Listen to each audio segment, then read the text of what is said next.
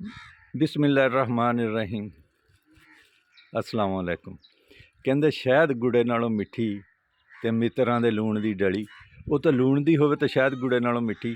जनाब वसीम साजिद साहब ते जनाब बहादुर अली साहब ये तशरीफ ले आए आ।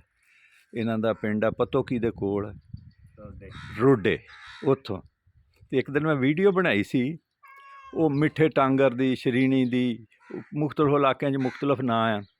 तो इन्हां उस दिन दस्सिया सी कि साडे इलाके च वैड़वाल च गुड़ वाली टांगर ही जिहड़ी है वो बनदी है मिठी ते स्पैशल।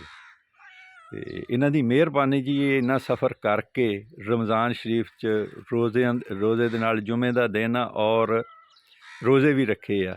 ये मैनू ना तोहफा लैके आए जी उस मिठी शरीनी दा टांगर दा। खोलो जी इनू खोलो, आ देखो, वाह जी वाह, सुभान अल्लाह।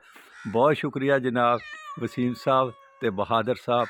गल आ मुहब्बतां दी। अल्लाह ताला तुहानू सलामत रखे, शाद रखे, आबाद रखे, हसदियां रखे ते वसदियां रखे। अस्सलाम वालेकुम।